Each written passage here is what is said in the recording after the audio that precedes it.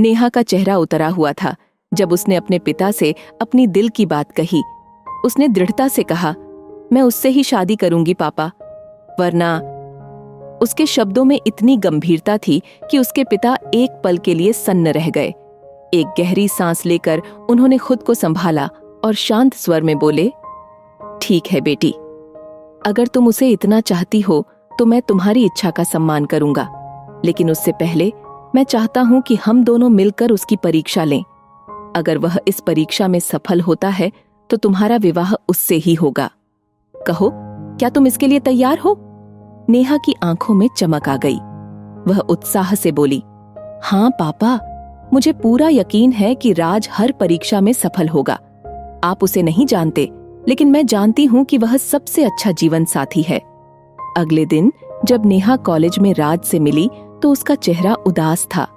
राज ने उसे देखा और मुस्कुराते हुए बोला, क्या हुआ स्वीटहार्ट, इतना उदास क्यों हो? तुम मुस्कुरा दो वरना मैं अपनी जान दे दूंगा। नेहा ने झुंझलाते हुए कहा, राज मजाक छोड़ो, पापा ने हमारे विवाह के लिए मना कर दिया है, अब क्या होगा?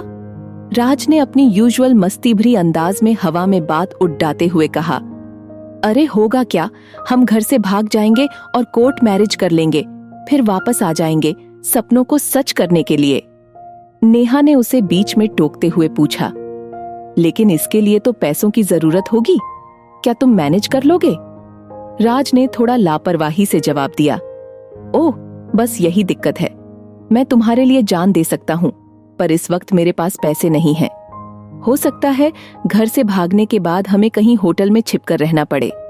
तुम ऐसा करो, जो भी चांदी सोना नकदी तुम्हारे घर में है उसे ले आना, वैसे मैं भी कुछ इंतजाम करूंगा। कल तुम घर से यह कहकर आना कि कॉलेज जा रही हो और फिर हम यहाँ से भाग जाएंगे। नेहा ने भोली बनते हुए कहा, लेकिन इससे तो मेरी और मेरे परिवार की बहुत बदनामी होगी। राज ने लापरवाही से कहा, बदनामी? वो तो होती रहती है, तुम इसकी परवाह मत करो। राज अभी अपनी बात पूरी भी नहीं कर पाया था कि नेहा ने अचानक उसके गाल पर जोरदार तमाचा मार दिया। राज अवाक रह गया। नेहा गुस्से से बोली, हर बात पर जान देने को तैयार बदतमीज, तुझे यह तक परवाह नहीं है कि जिससे तू प्यार करता है उसकी और उसके परिवार की समाज में बदनामी हो जाए। तू प्रेम का दावा करता है, लेकिन तू यह समझता भी है कि प्यार सिर्फ एक शब्द नहीं बल्कि एक जिम्मेदारी है। तुझे क्या लगता है मैं अपने पिता की इज्जत की धज्जियां उड़ाकर तेरे साथ भाग जाऊंगी? क्या तुझे यह भी नहीं पता कि मेरे भागने के बाद मेरे पिता पर क्या गुजरेगी? राज हक्का बक्का खड़ा रहा। उसके पास नेहा की बातों का कोई जवाब नहीं था। नेहा ने आगे कहा, अगर मैं अपनी पिता की इज्जत नीलाम कर दूं तो क्या समाज और ससुराल में मेरी इज्जत बची रहेगी? क्या तब वे मुझे सिर माथे पर बिठाएंगे? क्या तब हमारे सपनों की दुनिया इस समाज से अलग होगी?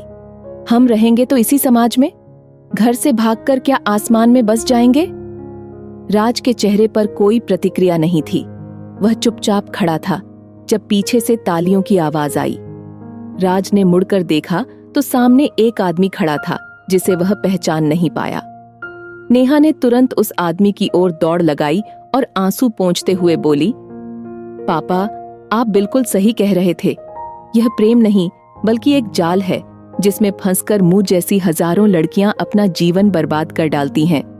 उसके पिता ने उसे गले से लगा लिया और उसके बालों को सहलाते हुए कहा, बेटी, प्यार एक पवित्र बंधन है, लेकिन यह तभी सच्चा होता है जब उसमें विश्वास, सम्मान और जिम्मेदारी हो। हमें केवल अपने दिल की सुनने के बजाय दिमाग का भी उपयोग करना चाहिए। जो व्यक्ति केवल अपने बारे में सोचता है और दूसरों की भावनाओं और इज्जत की परवाह नहीं करता, वह कभी भी सच्चा प्रेमी नहीं हो सकता। नेहा ने अपने पिता की बातों को गहराई से समझा। उसने महसूस किया कि प्यार का मतलब सिर्फ किसी के साथ रहने की इच्छा नहीं होती, बल्कि उसके साथ एक जिम्मेदारी निभाने की भी होती है। उसने महसूस किया कि उसके पिता की सलाह ने उसे एक बड़ी गलती करने से बचा लिया था। इस अनुभव ने नेहा को सिखाया कि सच्चा प्यार वह होता है जिसमें दोनों पक्ष एक दूसरे के सम्मान और भावनाओं की कद्र करते हैं। प्यार एक जिम्मेदारी है जो दोनों को एक दूसरे के साथ खड़े होने और समाज में अपनी जगह बनाने के लिए प्रेरित करता है।